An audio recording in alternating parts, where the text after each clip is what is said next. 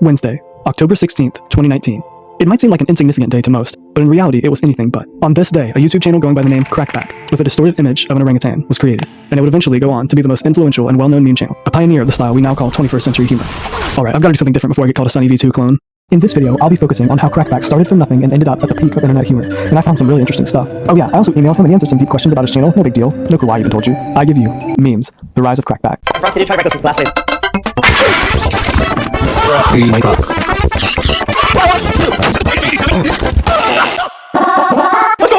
So yeah, he started as a Minecraft YouTuber. The first masterpiece that he uploaded to his channel was every Minecraft survival let's play. At first it seems uncharacteristically calm and logical, but things take a turn pretty quickly.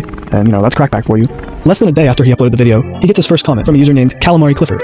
I sub just in case you're gonna get famous with the edits, so I can be proud to say I'm your 6th subscriber, to which Crackback responded with, "Thank you my guy, just made this channel a few days ago, we'll see what happens."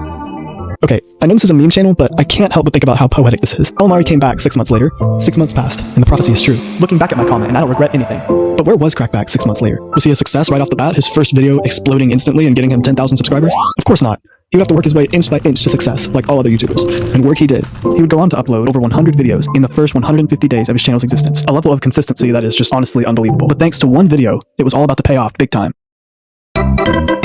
The Ice Age Baby video did extremely well compared to Crackback's other videos, getting over 8,000 views in the first 2 weeks, and eventually reaching 200,000 views in the first month. He was obviously very excited by this influx of views and subscribers, going on to make several more videos on the topic. And it worked. By the end of March, he reached 10,000 subscribers, and his video views increased dramatically. And at this point, the man was pretty much unstoppable. With an established audience, his videos were getting at least 10,000 views, and a few times a month, a video would surpass 100,000 views, and his returning viewers continued to grow. During this period, his videos started to develop their signature chaotic but calculated energy more than ever, and the more he leaned into this style, the more views he began to get. 21st century humor was on the rise, and Crackback was rising with it. But something big was on the horizon. What would happen if a new meme appeared, taking all of meme culture by storm? And that meme would fit Crackback's channel more than it fit any other channel.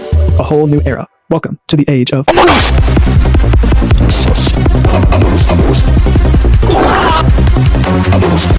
It had to happen, I couldn't make a whole video about the history of Crackback's channel without mentioning Among Us.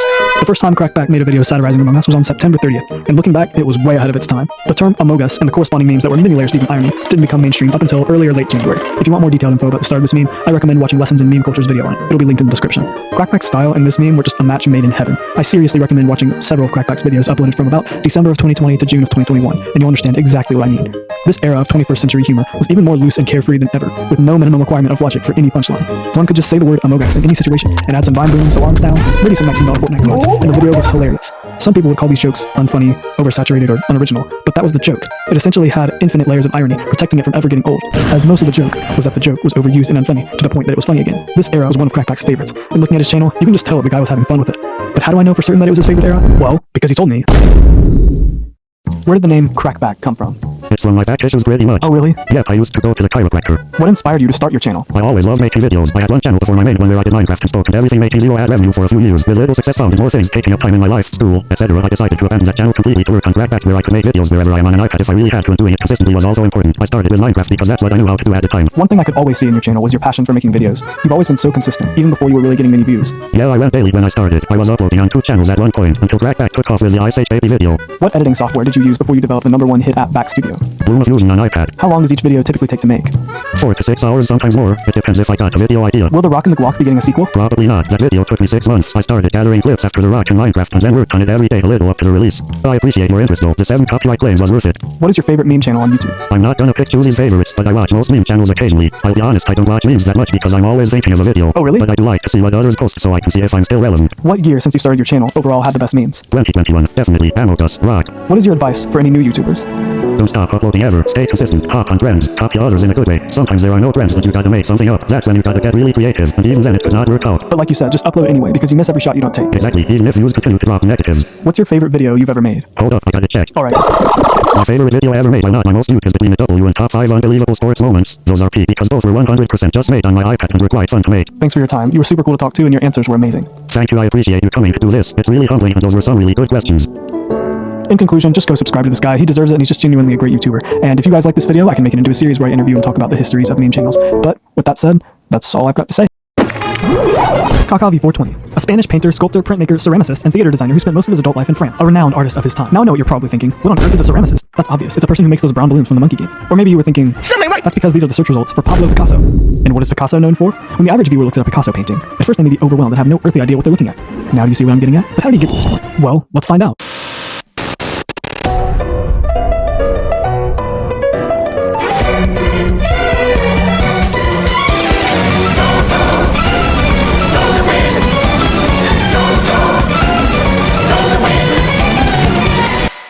So what was his first video? It was this, the Yandere Dev Terraria meme. Yandere Dev is the developer of Yandere Simulator, a stealth game about stalking a boy and secretly eliminating any girl who seems interested in him. Yeah. People made memes about him because he showed some major Discord mod behaviors and doesn't know how to code. 10 out of 10. Alright, back to Kakavi420. What was the first comment on his first video? The first reaction from someone seeing the debut of a soon-to-be legend. Okay, maybe the second comment is, oh, hey, but the man handled it like a champ. How did you think of your name? I was searching for a unique name to use when I decided to use Google Translate and use a word that resembled my content at the time. Try and Google Translate it. He posted several stick bug videos, remember that meme? But then there's this video.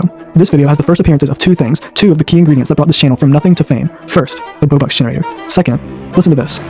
Do you hear it? Do you know what this is? Do you understand the sheer significance of this short little bit of audio? He has the oil, he has the pigments, he just needs a canvas, some existing media to paint his vision onto.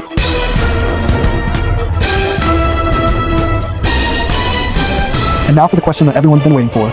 Are you Crackback? Yes. And are you Dr. Nefario? No. Wait, what? Yes. Wait, which is which? Which is yes and which is no? I'm not Crackback, haha. Nefario is my second channel where I post their videos. And he would go on to gain 7,000 subscribers in the month of January. A fantastic start for his channel. He made these Gru tries to get Bobucks videos into a series lasting a few videos, but there was a problem. There were only so many movie clips that would work for this type of video, and with each one being at least a minute long, he would run out of canvas space quickly. He had to innovate.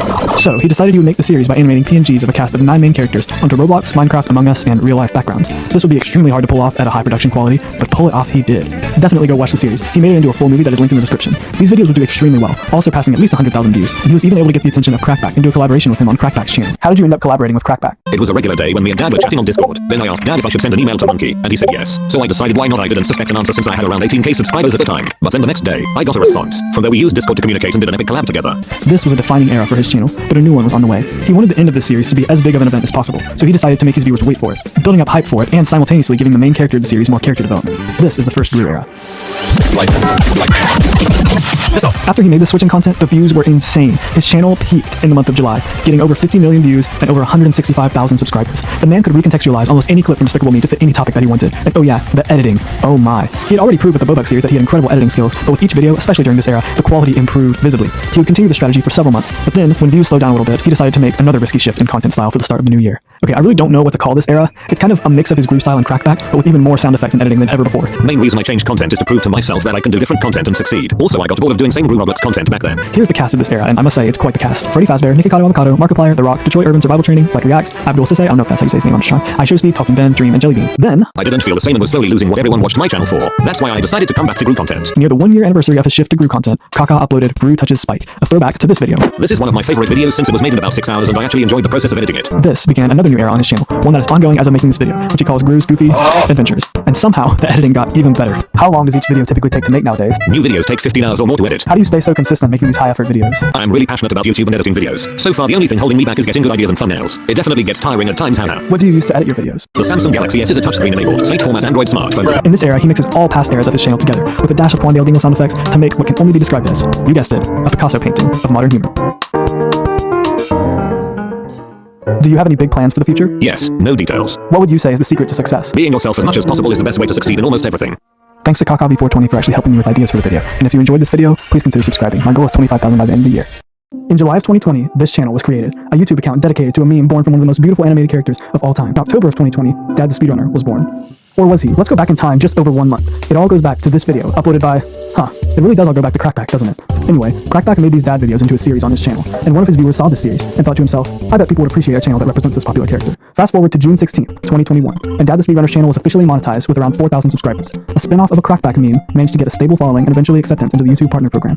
But the next video he would upload would change everything for his channel. But how is this video significant? What was different about this video as opposed to the 97 other videos before it? One thing, Kakavi420. A couple months prior, on April 14th, Dad had done a collaboration with Kakavi420, 2 days prior to Kaka's collaboration with Crackback. This is important because this big video was also a crossover with Kakavi420. On June 17th, the channel Dr. Nefario was created by Kakavi420, which instantly shot up to a huge amount of subscribers for its age. That's where this next video comes in. Normally this would be the part of the video where I just ask you to subscribe, but I want to make it a little more interesting than that. Recently, I declared war on Mr. Dweller, and if I don't have more subscribers than him in the next 6 months, I have to make a YouTube apology video for him. So you know what to do. Dad meets Dr. Nefario. It would get 30,000 views in the first 48 hours, much higher than normal for Dad, and it would go on to get over 500,000 views in the first month, and he would gain over 25,000 subscribers in those next 2 weeks. His channel was finally getting discovered by Kakavi420's audience. It's also important to know that Dad the Speedrunner had been a regular character on Kakavi420's new Gru Tries X series for a few weeks now, and with this clear crossover between the two creators, the audience rushed to support this newly discovered channel, just like they had done with the new Dr. Nefario channel. Each of his new videos were getting close to, if not more than 100,000 views. He was finally getting the recognition he deserved after uploading those 97 videos in the last 8 months. But there was a problem. Throughout the month of May, Dad had been uploading very consistently, a new video every 2 to 3 days, but ever since the end of May, he had begun to upload much less frequently. The surge of growth on his channel did give him more motivation to upload, but within about 3 weeks, his uploads were once again averaging about once every 4 to 5 days.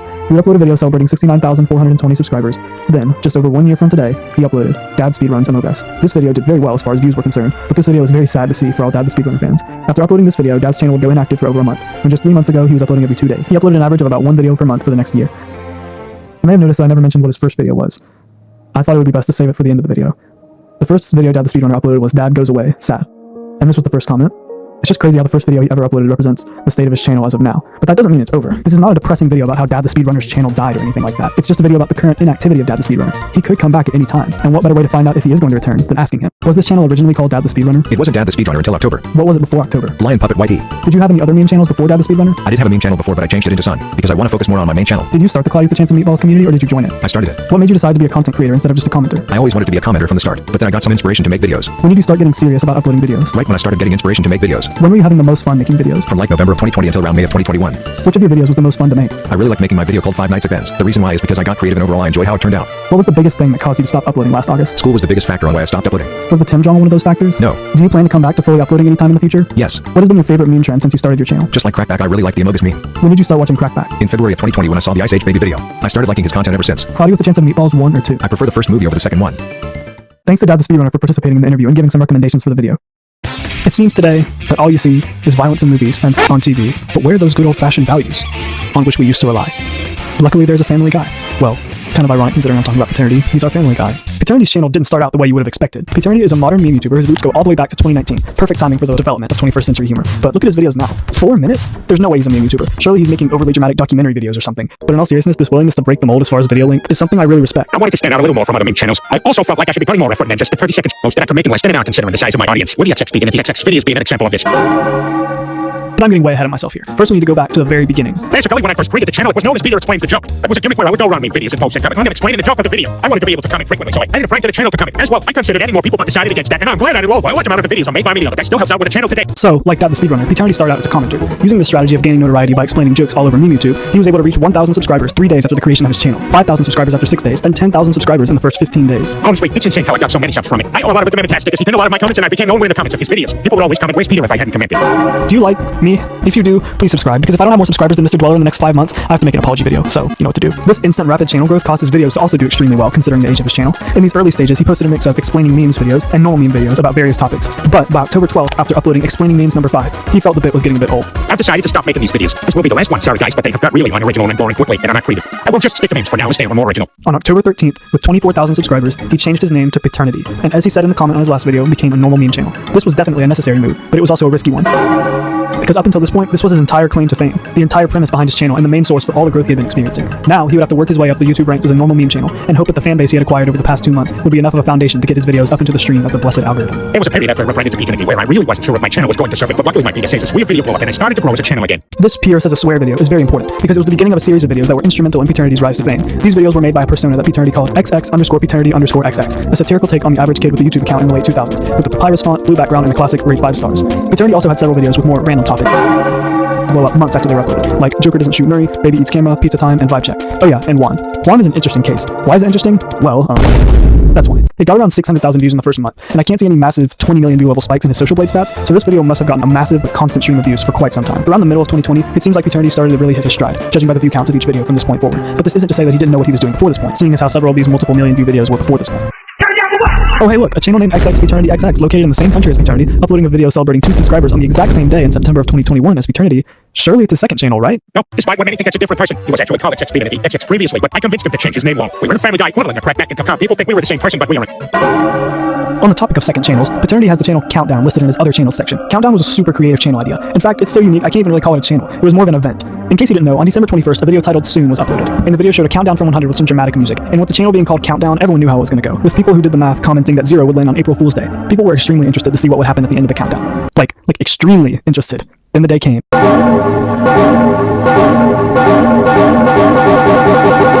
The concept for Countdown randomly came to my mind around mid-December, so it wasn't really planned in advance at all. I made all 100 of the videos in one day with a zero video or beginning. You've been trolled, man, but once the channel started to grow outside my audience, I decided to change it to more generic rickroll. What's been your favorite meme trend since you started your channel? Not a bit of social created me. One of the 3 memes that wasn't completely ruined by people milking it to death. Honestly, most videos that were made of me were decently well made and funny. Do you mostly plan out your videos before starting them, or do you usually make them up as you go? Until recently, I typically just made it up as I went, but now I usually type up a script for the video just so I don't forget any jokes or parts of the video while I'm making it. And there you have it, the story of Paternity's rise to the big leagues of internet meme culture. Leave a comment of who I should interview next, and subscribe so you don't miss any future videos. Thanks for watching. I think it's almost been a year since everything really went down. What everyone has been saying is true. Tim is the bad guy. Don't listen to what he says. I was playing Roblox, and he says, I need you to help me raid his server. And I was like, okay.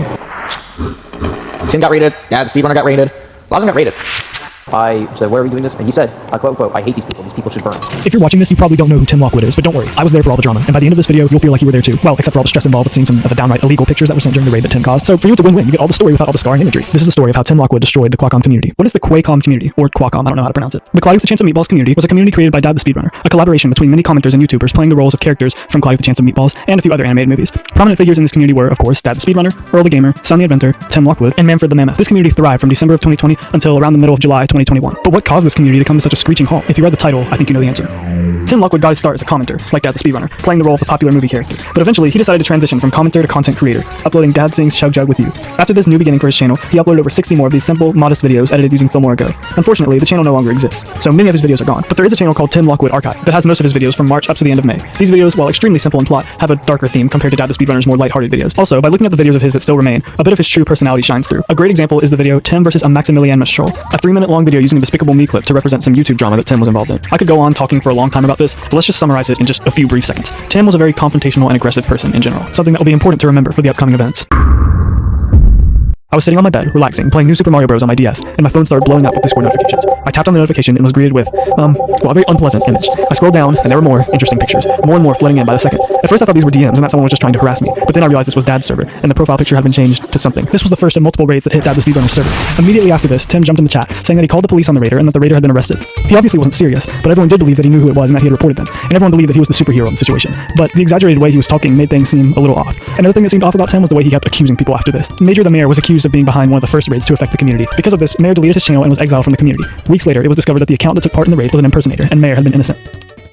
As more raids happened, Tim kept accusing more and more people. He accused Manfred the Mammoth and Earl the Gamer, two huge figures in the community. He also accused the user named ZBeast, who ended up being put on trial in the community. But it was later found out that, just like Mayor, his account was simply hacked and he was innocent all along. Everyone was confused. With the amount of people being accused, hacked, and cleared, no one knew who to trust, and no one knew who not to trust. The only thing they knew was that Tim was accusing pretty much everyone, and with many of these accused people being clear, it was not a great look for Tim. On July 15th, or maybe 16th, Tim Lockwood was banned from Dad the Speedrunner's server because of the amount of drama he was causing. At this point, the culprit behind all the raiding was still unknown. How did all this go down? Obviously, Tim was behind it, but with all this hacking and raiding, there was no way it was a one-man operation. We need to talk to someone who was deeply involved with this drama. Someone like I Am Heavy Weapons Guy.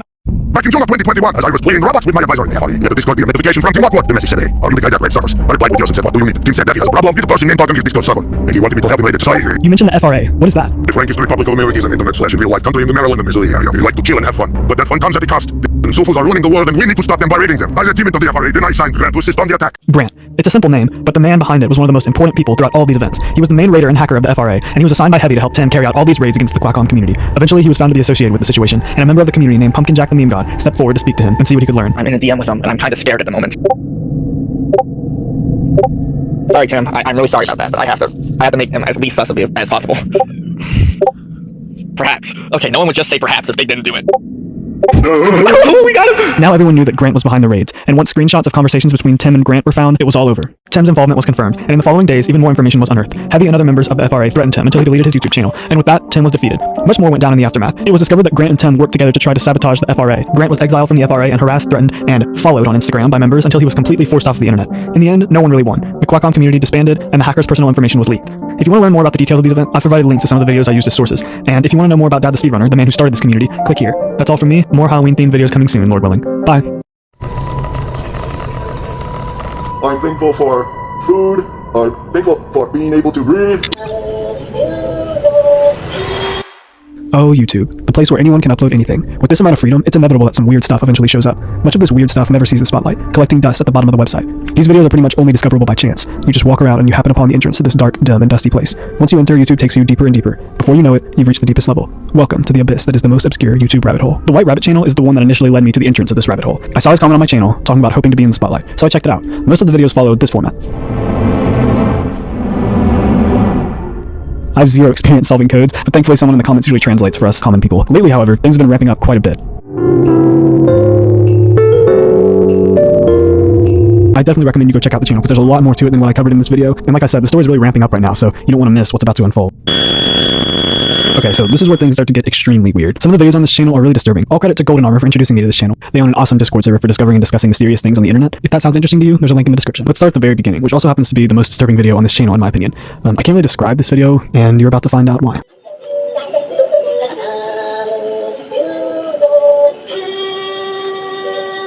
I genuinely cannot tell what I'm looking at here. I think that's a human hand, but I can't really identify anything besides the shower curtain.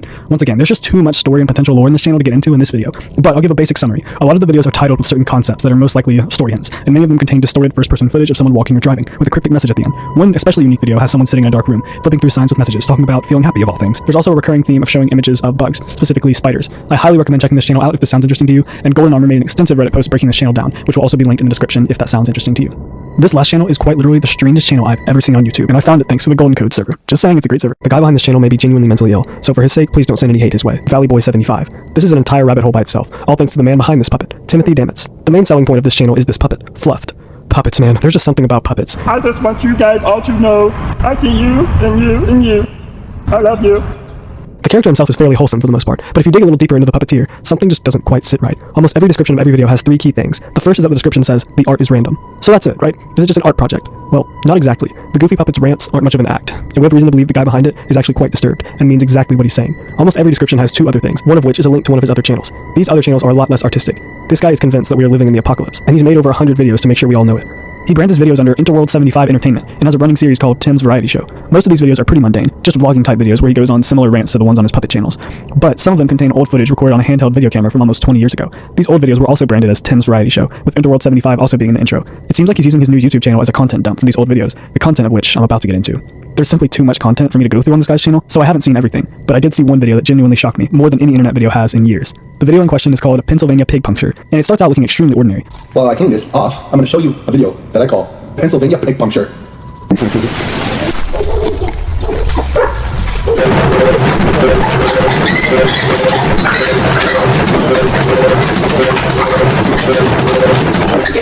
I'm not going to show you what happens next for many reasons. I'm honestly shocked that YouTube didn't age restrict or just completely take down this video, but I'm even more confused about why he decided to upload this in the first place. And the editing on some of these videos. He edits together clips from all three of his channels, and also adds in recordings from the old handheld camera from like 2005, and adds some like homemade music to it, and just puts all of them on top of each other, and it just blends together to make an absolute acid trip of a video. I can't even really describe it, I'll just have to show you. If you watch this, be innocent. And the Lord is with you. Take up rejoice, and it will not. The